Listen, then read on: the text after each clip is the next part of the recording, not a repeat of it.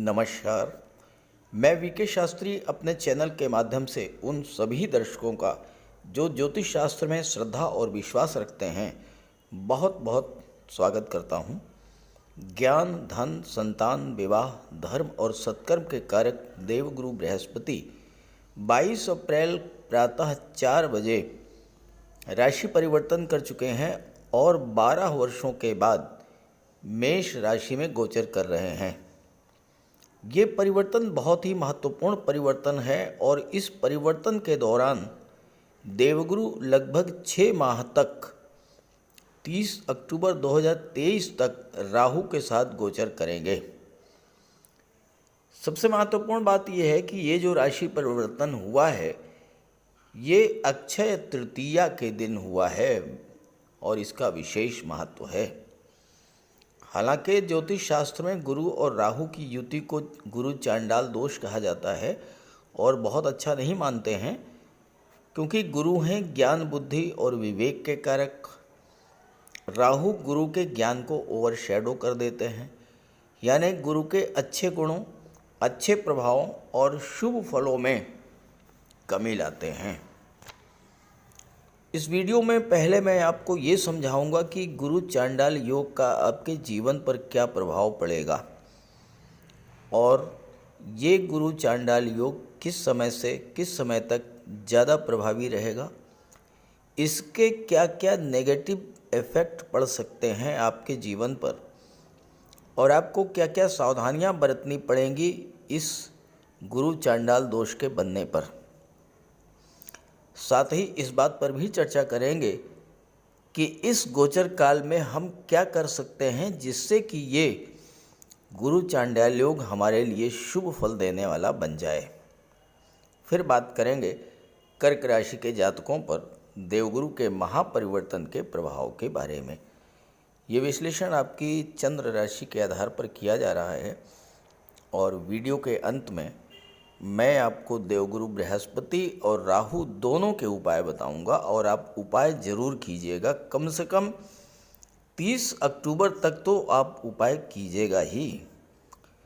दूसरी बात, comment box में किसी भी अनजान व्यक्ति के द्वारा दिए गए नंबर पर भूल करके भी कांटेक्ट मत कीजिएगा, आपके साथ फ्रॉड हो सकता है। तो आइए समझते हैं गुरु चांडाल योग, इसके प्रभाव, उपाय और सावधानियों के बारे में। देखिए, देवगुरु कुंडली के वो सभी भाव जिनसे हमें खुशियाँ मिलती हैं वो सब देवगुरु के अधिकार क्षेत्र में आते हैं। कुंडली का सबसे शुभ भाव पंचम भाव जो संतान, शिक्षा, लव, रोमांस और क्रिएटिविटी का होता है वो गुरु के अधिकार क्षेत्र में आता है। कुंडली का नवम भाव जो भाग्य, गुरु और पिता का होता है वो गुरु के अधिकार क्षेत्र में आता है।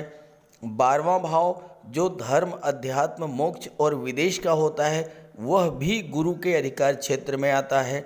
विवाह, संतान, धन ये सभी देवगुरु के अधिकार क्षेत्र में आता है। जब देवगुरु पीड़ित होते हैं तो इसका सीधा असर इन सब क्षेत्रों पर पड़ता है। गुरु नॉलेज के, विजडम के कारक होते हैं और गुरु चांडाल योग बनने पर इसका सीधा असर आपके नॉलेज पर, आपके विजडम पर पड़ेगा। देवगुरु हैं धर्म और सत्कर्म के कारक, जबकि राहु एक ऐसा ग्रह है जो किसी भी नियम, कायदे, धर्म, नैतिकता को नहीं मानता। राहु बहुत ही चतुर, चालाक ग्रह है और आधुनिक संदर्भ में जिसे स्मार्टनेस कहते हैं वो है राहु। राहु शॉर्टकट में विश्वास रखता है, चीज़ों को सिर्फ पाना चाहता है, चाहे वो तरीका नैतिक हो या अनैतिक, कोई भी तरीका हो। राहु व्यक्ति को अत्यधिक स्वार्थी बना देता है और राहु के प्रभाव से व्यक्ति सिर्फ और सिर्फ अपने बारे में ही सोचता है। राहु हमारी कार्यशैली को ख़राब कर सकता है, हमारी संगति को ख़राब कर सकता है और हमें गलत आदतें दे सकता है। जब गुरु और राहु की युति बनेगी तो राहु के नेगेटिव एटीट्यूड्स का प्रभाव गुरु पर पड़ेगा। गुरु अपने शुभ फल पूरे तरीके से देने में सक्षम नहीं होंगे और इसका प्रभाव हम सबके जीवन पर पड़ेगा। 22 अप्रैल को प्रातः 4 बजे जब देवगुरु मेष राशि में गोचर करेंगे, उस समय 5 ग्रह एक साथ मेष राशि में गोचर कर रहे होंगे। गुरु, सूर्य, बुध, चंद्रमा और राहु। मेष राशि के स्वामी हैं मंगल और उनका गोचर मिथुन राशि में होगा, राहु के नक्षत्र आर्द्रा नक्षत्र में, और इस पर शनि की दृष्टि पड़ेगी और शनि भी राहु के नक्षत्र शतभिषा नक्षत्र में गोचर कर रहे हैं। तो इस समय राहु अत्यंत बलवान स्थिति में होंगे और हमारे भीतर की राक्षसी प्रवृत्ति को बाहर निकालने का प्रयास करेंगे और यहीं पर हमें सावधान रहना होगा। गुरु चांडाल योग का निर्माण 30 अक्टूबर तक होगा और इसका सबसे ज़्यादा प्रभाव जो होगा वो 10 मई से 12 जून तक रहेगा। इसलिए 10 मई से 12 जून के बीच विशेष सावधानी बरतनी होगी, क्योंकि इस बीच गुरु और राहु एक दूसरे के बहुत करीब होंगे और इसी दौरान गुरु राहु को क्रॉस करेंगे और जब एक बार गुरु राहु को क्रॉस कर जाएंगे तो धीरे धीरे गुरु और राहु के बीच की दूरी बढ़ती जाएगी और गुरु चांडाल योग का प्रभाव भी कम होता जाएगा। तो हम क्या करें जिससे कि गुरु चांडाल योग का हम पर कोई बुरा प्रभाव ना पड़े। इस समय खास करके 10 मई से 12 जून के बीच जल्दबाजी में कोई निर्णय नहीं लेना है। शॉर्टकट का मार्ग तो बिल्कुल भी नहीं अपनाना है, क्योंकि आपके विचारों में तीव्रता आएगी जिसे आपको कंट्रोल करना है। केवल अपने ही बारे में सोचने से बचना होगा। घर, परिवार, मित्र, संबंधी, रिश्तेदार सभी का ध्यान रखते हुए कोई कार्य करना होगा। जो लोग बहुत ज़्यादा सोचते हैं, बहुत जल्द चीज़ों को पाना चाहते हैं, वो डिप्रेशन के शिकार भी हो सकते हैं। बहुत ज़्यादा इमोशनल नहीं होना है, प्रैक्टिकल होकर चीज़ों को, घटनाओं को एक्सेप्ट करना है। एक और बात, शनिदेव इस समय बहुत ही बलवान रहेंगे और शनि की तीसरी दृष्टि इस गुरु चांडाल योग पर पड़ेगी। शनि न्याय के कारक हैं और अगर आपने इस समय कोई छोटी सी भी गलती की, किसी भी इलीगल एक्टिविटी में लिप्त हुए, तो शनि तत्काल बिना किसी देरी के उसका दंड भी दे देंगे। तो क्या है रेमेडी इस गुरु चांडाल योग की? हम क्या करें कि इस युति के नेगेटिव इफेक्ट्स अपने लिए पॉजिटिव वे में यूज़ कर लें? देखिए, गुरु राहु की युति बनने पर गुरु के गुण राहु में, राहु के गुण गुरु में ट्रांसफ़र होंगे। इसका अर्थ ये हुआ कि जिन जिन चीज़ों के कारक गुरु हैं, अब वो चीज़ें हमें राहु के कारक तत्वों से मिलेंगी। गुरु है भाग्य, राहु है प्रॉब्लम, लेकिन राहु है विदेश। तो सीधा सा अर्थ ये होगा कि आपकी भाग्योन्नति विदेश में होगी। राहु है online activities, social media, internet, विदेश, different culture, shadow related area, photography, videography, cinema, film industry, TV serial, YouTube, Facebook, Instagram, reels related areas. तो इन सब चीज़ों से जुड़कर आप इस युति का पूरा लाभ ले सकते हैं। ज्ञान मिलेगा आपको या तो विदेश से या इंटरनेट से, सोशल मीडिया से। ऐसे ही धन मिलेगा तो विदेश से मिलेगा या सोशल मीडिया और इंटरनेट से जुड़ करके। भाग्योन्नति आपकी विदेश में होगी, व्यापार व्यवसाय में वृद्धि होगी विदेश में, सम्मान मिलेगा विदेश में। तो इन 6 महीनों में 30 अक्टूबर 2023 तक अगर आप ऐसा करते हैं तो यही गुरु चांडाल योग आपको कार्य क्षेत्र में असीम विस्तार देगा, अपार धन देगा और मान सम्मान, पद प्रतिष्ठा सब कुछ मिलेगा। अब आइए बात करते हैं अलग अलग राशियों पर इसके प्रभाव के बारे में। तो ये है कर्क राशि के जातकों की कुंडली। कर्क राशि देवगुरु बृहस्पति की उच्च की राशि है और अपनी उच्च की राशि के लिए देवगुरु सर्वथा शुभ फल ही प्रदान करेंगे। अब यहाँ पर गुरु दशम भाव में गोचर कर रहे हैं, अपने मित्र मंगल की राशि में, केंद्र के भाव में हैं। तो यहाँ पर निश्चित रूप से गुरु अच्छा ही फल देंगे। गुरु विस्तार के कारक हैं, राहु भी विस्तार के कारक हैं। राहु हैं असीम विस्तार, तो कार्यक्षेत्र का तो विस्तार निश्चित रूप से होगा। और गुरु राहु के गोचर पर शनि की दृष्टि पड़ रही है।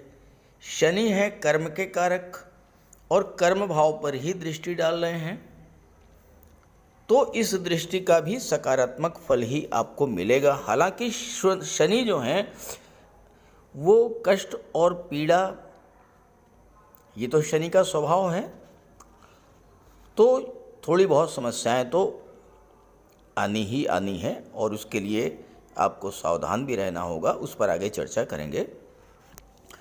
अभी तक गुरु का गोचर नवम भाव में था, भाग्य भाव में। अब गुरु भाग्य भाव के स्वामी होकर के भाग्य भाव में ही गोचर कर रहे थे, तो भाग्य का पिछले 1 वर्ष से आपको पूरा साथ मिल रहा होगा। गुरु का बहुत अच्छा प्रभाव, बहुत अच्छा रिजल्ट आपको मिला होगा। अब ये गोचर भी आपके लिए अत्यंत शुभ होगा, क्योंकि देवगुरु को दशम भाव में कारकत्व प्राप्त है। राहु भी दशम भाव में कारकत्व प्राप्त कर लेते हैं। वर्तमान में कर्क राशि के जातकों के जीवन में शनि की ढैया 17 जनवरी से गतिमान है और शनि का गोचर अष्टम भाव में है, जो कि कुंडली का सबसे खराब भाव माना जाता है। और शनि की दृष्टि गुरु और राहु पर पड़ रही है।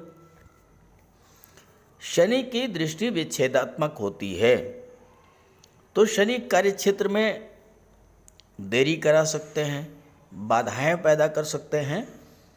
लेकिन अगर आप अष्टम भाव की चीज़ों से अपने आप को जोड़ लेते हैं या राहु से संबंधित चीज़ों से अपने आप को जोड़ लेते हैं, तो यही दृष्टि आपके कार्यक्षेत्र में बहुत बड़ी सफलता का योग लेकर के भी आएगी।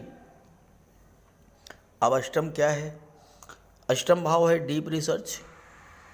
कार्यक्षेत्र पर दृष्टि पड़ रही है, तो आप अपने कार्यक्षेत्र में पूरी गहराई के साथ, पूरे मन के साथ कार्य कीजिए।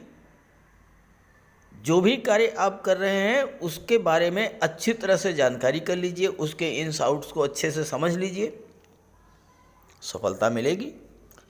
हालांकि शनि अष्टम भाव के कारक होते हैं, तो शनि कोई विशेष परेशानी तो नहीं देंगे। और हाँ, वो लोग जो शनि से संबंधित क्षेत्रों में कार्य कर रहे हैं, जैसे कि रियल एस्टेट या प्रॉपर्टी डीलिंग का कार्य कर रहे हैं, कंस्ट्रक्शन का कार्य कर रहे हैं, बिल्डर हैं, आर्किटेक्ट हैं, बिल्डिंग मटेरियल सप्लायर हैं, मेडिसिन या केमिकल प्रोडक्ट का काम कर रहे हैं, स्क्रैप का काम कर रहे हैं, टूर एंड ट्रैवल का काम कर रहे हैं, मेटल्स, मेडिसिन्स और मिनरल्स का काम कर रहे हैं, तो ऐसे जातकों के लिए तो ये समय बहुत अच्छा रहेगा। राहु विदेश के कारक हैं और बुध विदेश भाव के स्वामी हैं, राहु के मित्र हैं। व्यापार के कारक हैं बुध, तो विदेशी व्यापार में उन्नति होगी, लाभ मिलेगा। व्यापार के नए नए संबंध बनेंगे, नई नई डील्स होंगी। देवगुरु बृहस्पति यहाँ छठे भाव के भी स्वामी हैं, और छठा भाव क्या होता है? सर्विस सेक्टर का होता है, कंपटीशन का होता है, नौकरी का होता है। तो राहु और बुध के प्रभाव से अगर आप किसी विदेशी कंपनी में, किसी मल्टीनेशनल कंपनी में जॉब की तलाश में हैं, वहाँ आपको सफलता मिलेगी। यहाँ एक विशेष बात आपको समझनी है कि गुरु नवम भाव में है, नवम भाव के स्वामी हैं, और नवम भाव जो है ये पाप कर्तरी योग में है। पाप कर्तरी योग में कैसे हुआ? देखिए, दशम में राहु और अष्टम में शनि, तो नवम भाव राहु और शनि के बीच में आ गया, पाप कर्तरी योग में हो गया। तो ऐसे में भाग्य का पूरा साथ आपको नहीं मिलेगा। लेकिन कैसे मिलेगा भाग्य का साथ? अगर आप नवम भाव की चीज़ों से अपने आप को जोड़ते हैं, तीर्थ यात्रा पर जाते हैं, देव दर्शन के लिए जाते हैं, गंगा स्नान करते हैं, इस गोचर काल में भाग्य भी आपका साथ देने लगेगा। और माता पिता, गुरु और वृद्धजनों का सम्मान करें, इससे भी भाग्य आपके पक्ष में आ जाएगा। राहु विस्तार के कारक हैं और गुरु भी विस्तार के कारक हैं, तो कार्य क्षेत्र के विस्तार का इससे अच्छा समय आपको नहीं मिल सकता। और इसके अलावा अगर आप विदेश से जुड़कर ऑनलाइन टेक्नोलॉजी का, लेटेस्ट टेक्नोलॉजी का प्रयोग करते हैं और बिना किसी भय के अपने कार्यक्षेत्र का विस्तार करते हैं, तो आपको बहुत अच्छी सफलता मिलेगी। गुरु राहु की दृष्टि चतुर्थ भाव पर, और यहाँ पर आपको राहु का प्रभाव देखने को मिलेगा। चौथा भाव मानसिक शांति का होता है, लेकिन यहाँ पर गुरु और राहु आपको मानसिक चिंता, तनाव, माता के स्वास्थ्य को लेकर चिंता, प्रॉपर्टी विवाद, रिश्तेदारों से मनमुटाव, ये सब चीज़ें आपको देखने को मिलेंगी। लेकिन अगर आप राहु को एक्टिवेट कर लेते हैं तो ये समस्याएं स्वतः समाप्त हो जाएंगी। कैसे? आप विदेश जाना चाहते थे, अति सुंदर समय है। राहु की दृष्टि मातृभूमि छोड़ने के लिए बाध्य करेगी आपको, और अगर आप किसी भी तरह विदेश से जुड़ते हैं, चाहे ऑफलाइन चाहे ऑनलाइन, आपको बहुत अच्छा रिजल्ट मिलेगा। और अगर आप ऑलरेडी मातृभूमि से दूर हैं, तो ये समय विदेश में सेटल होने, प्रॉपर्टी खरीदने, मकान बनवाने, वाहन खरीदने के लिए अत्यंत शुभ और श्रेष्ठ है। ज्योतिष शास्त्र का एक सिद्धांत है कि अगर दो ग्रहों की दृष्टि किसी एक भाव पर पड़े तो उस भाव से संबंधित फल प्राप्त होते हैं। अब यहाँ देखिए, शनि की दृष्टि धन के भाव पर, गुरु की दृष्टि धन के भाव पर और राहु की पंचम दृष्टि धन के भाव पर।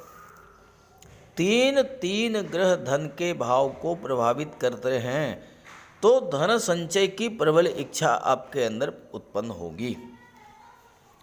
शनि अष्टम में है, इनहेरिटेंस से, पैतृक संपत्ति का आपको लाभ मिल सकता है, वसीयत या विरासत से लाभ मिल सकता है। आप रियल इस्टेट से जुड़े हैं, प्रॉपर्टी डीलिंग का कार्य करते हैं, वहाँ से आप मोटा मुनाफा कमाकर धन संचित करेंगे। आप इंश्योरेंस के क्षेत्र से जुड़े हैं, शेयर ब्रोकर हैं, कमीशन एजेंट हैं, तो आपको प्रचुर धन प्राप्त होगा, क्योंकि 11वें भाव के स्वामी हैं शुक्र, और शुक्र शनि के परम मित्र हैं, तो धन का लाभ भी होगा और धन का संचय भी होगा। अब यहाँ पर गुरु और राहु के प्रभाव से आपकी रुचि ज्योतिष तंत्र मंत्र में भी बढ़ सकती है। रिसर्च के क्षेत्र, विशेष करके रक्षा अनुसंधान और या DRDO से आप जुड़े हैं तो प्रबल धन लाभ होगा, संचय के योग भी बनेंगे। गुरु राहु की दृष्टि कुंडली के छठे भाव पर पड़ेगी, और गुरु छठे भाव के स्वामी भी हैं, छठा भाव नौकरी का, तो राहु की दृष्टि पड़ने से अचानक से नौकरी का योग बनेगा, और विशेष करके किसी विदेशी कंपनी या किसी मल्टीनेशनल कंपनी में नौकरी का योग बन जाएगा।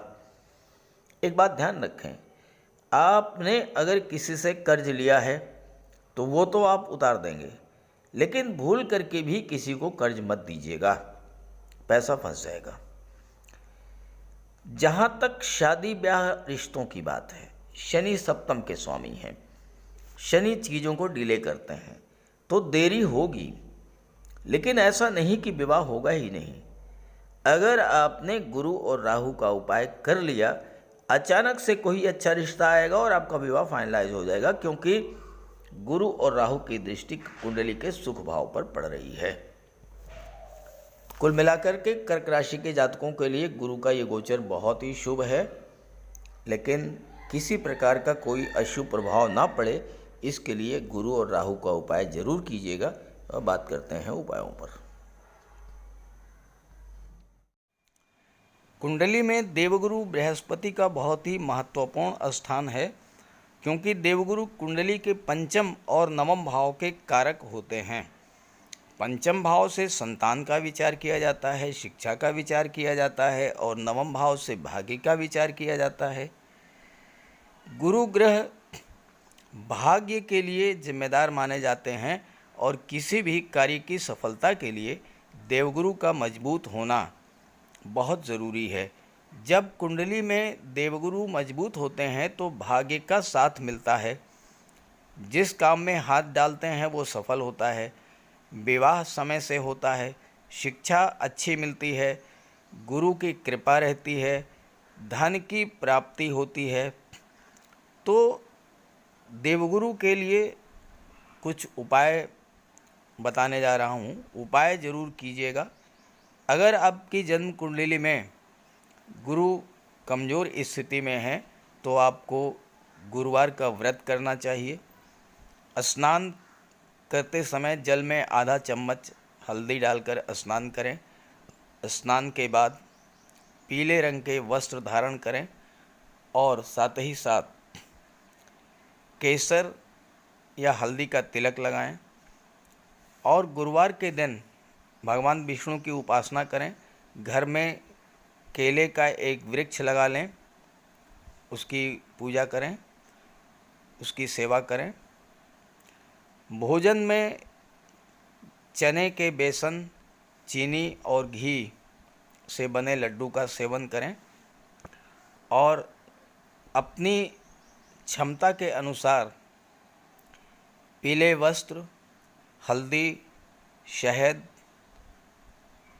धार्मिक पुस्तकें, इन सब का दान कर सकते हैं। अगर गुरु ग्रह कमज़ोर है तो पुखराज धारण करें, लेकिन इसके लिए किसी योग्य ज्योतिषी की सलाह ले लें। माता पिता, गुरु और बुज़ुर्गों का सम्मान करें, उनकी देखभाल करें और उनका आशीर्वाद प्राप्त करें। साफ सफाई रखें, गुरु की सेवा करें और दही और चावल गरीबों को खिलाएं। किसी गरीब को, किसी दिव्यांग व्यक्ति को भोजन कराएं। किसी वृद्धाश्रम में जाकर के वृद्धों के साथ कुछ समय बिताएं, उनकी समस्याओं को जानें, समझें। कोई ज़रूरी नहीं है कि आप धन से ही सहायता करें, तन और मन से भी आप मदद कर सकते हैं दूसरों की, और ऐसा करने से देवगुरु अत्यंत प्रसन्न होते हैं। और जब देवगुरु बलवान होंगे तो आपको पूरा लाभ मिलेंगे। तो ये उपाय करके देखिएगा, लाभ होगा। राहु का कोई अशुभ प्रभाव आप पर न पड़े, इसलिए राहु का उपाय जरूर करें। राहु का सबसे बढ़िया उपाय है मोर पंख। देखिए, राहु को सर्प का स्वरूप माना गया है और मोर सर्प को खा जाता है। तो जहाँ पर मोर पंख रहता है वहाँ पर राहु का प्रवेश नहीं होता है। अपने घर के मेन डोर पर, बेडरूम में, ड्राइंग रूम में, स्टडी रूम में एक एक मोर पंख लगा दें। एक मोर पंख अपने तकिए के नीचे रखें। जहाँ पर आप कार्य करते हैं, ऑफिस में, वहाँ भी मोर पंख आप रखें।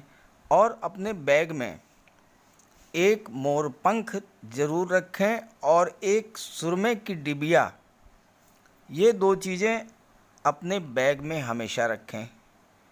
और एक छोटी सी चांदी की गोली अपनी जेब में रखें। इससे राहु और बुध दोनों का उपाय हो जाता है। काले कुत्ते को भोजन दें, काली गाय की सेवा करें। इससे राहु, केतु और शनि तीनों ही प्रसन्न होते हैं। कुष्ठ आश्रम में जाकर के या दिव्यांगों को भोजन का दान दें। और एक नारियल शनिवार के दिन अंधेरा होने पर अपने सिर के एंटी क्लॉकवाइज 7 बार घुमा करके नदी में बहा दें। दुर्गा माता का आशीर्वाद प्राप्त करें। दुर्गा चालीसा का पाठ करें। सोमवार के दिन शिवलिंग पर अभिषेक करें। सफ़ेद चंदन का टीका लगाएं और एक सफ़ेद चंदन का टुकड़ा अपने पास रखें। घर में कपूर की धूनी दें। ये छोटे छोटे से उपाय हैं। अगर आप इन उपायों को करते हैं तो निश्चित रूप से राहु के सभी शुभ फल आपको प्राप्त होंगे। तो उपाय ज़रूर कीजिएगा, लाभ मिलेगा। और जब लाभ हो तो कमेंट करके बताइएगा और ये वीडियो अपने साथियों को, अपने मित्रों को भी शेयर कर दीजिएगा। नमस्कार।